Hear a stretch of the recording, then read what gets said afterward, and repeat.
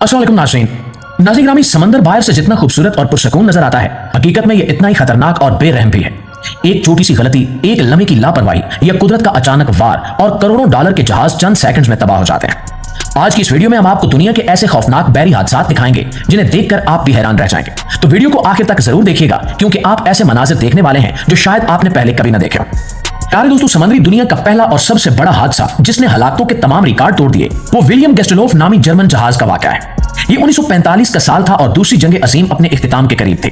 Germany को हर तरफ से शिकस्त का सामना था और हजारों लोग रूसी फौज के खौफ से भाग रहे थे। ये जहाज पोलैंड की एक बंदरगाह पर खड़ा था, जहां से इसे पनाह गुज़ीरों को लेकर एक महफूज मकाम पर जाना था।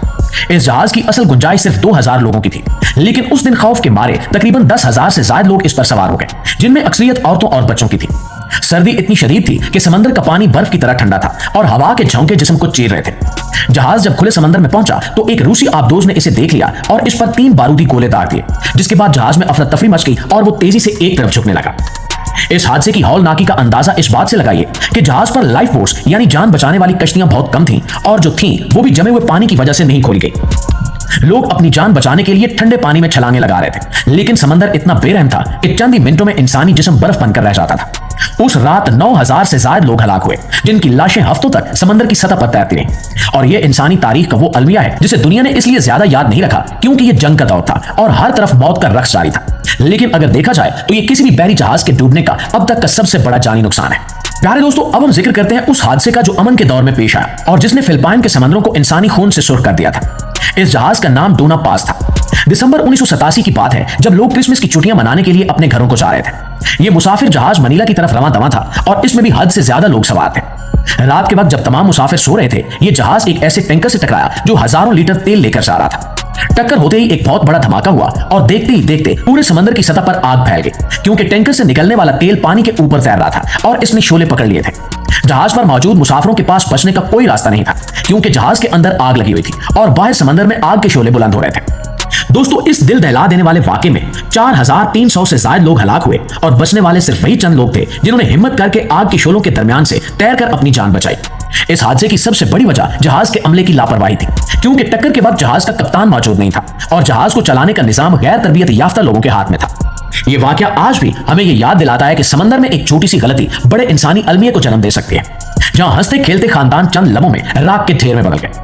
और दोस्तों, समुद्री हादसात की तारीख टाइटैनिक के जिक्र के बगैर अधूरी है।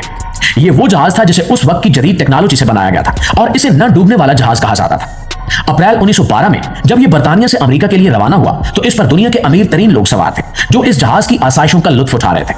जहाज के मालिकों और इंजीनियर्स का गरूर इतना ज्यादा था कि इन्होंने लाइफ बोट्स की तादाद भी कम रखी थी, क्योंकि इनका मानना था कि यह जहाज कभी डूब ही नहीं सकता।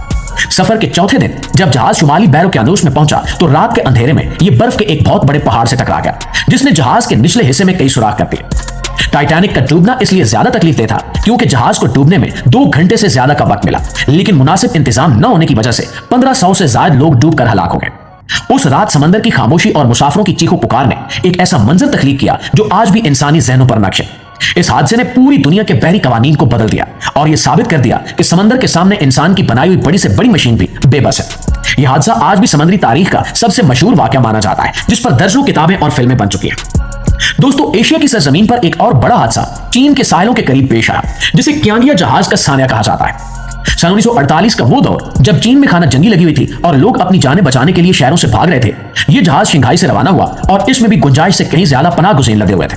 अचानक समंदर के बीच एक जोरदार धमाका हुआ जिसने जहाज को 2 हिस्सों में तकसीम कर दिया। कहा जाता है कि यह जहाज जंग के दौरान पानी में छुपाई गई एक बारूदी सुरंग से टकरा गया।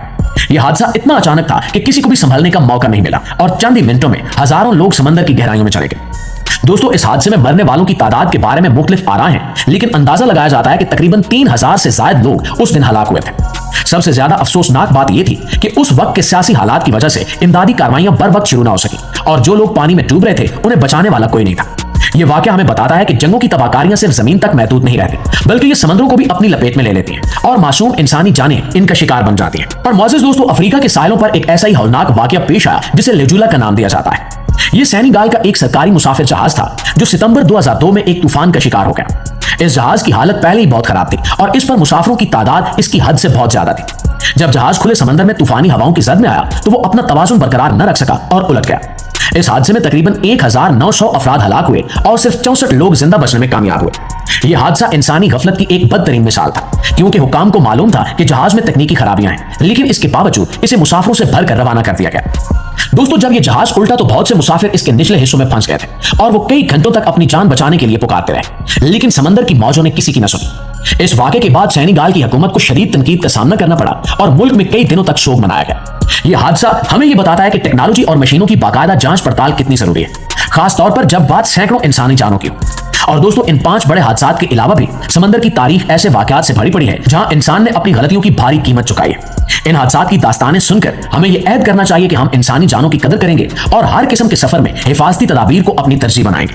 और इस वीडियो के हवाले से आपकी राय क्या कहती है, कमेंट सेक्शन में हमें जरूर बताइएगा। वीडियो अच्छी लगी है, आपकी मालूमात में इजाफे का बायस बनी है, तो हमारी इस कोशिश को एक लाइक और एक शेयर जरूर दीजिएगा। इंशाल्लाह आपकी खिदमत में हाजिर होते हैं एक नई वीडियो के साथ। तब तक अपना, आसपास के लोगों का, अपने प्यारों का ढेर सारा ख्याल रखिएगा। अल्लाह निगहबान।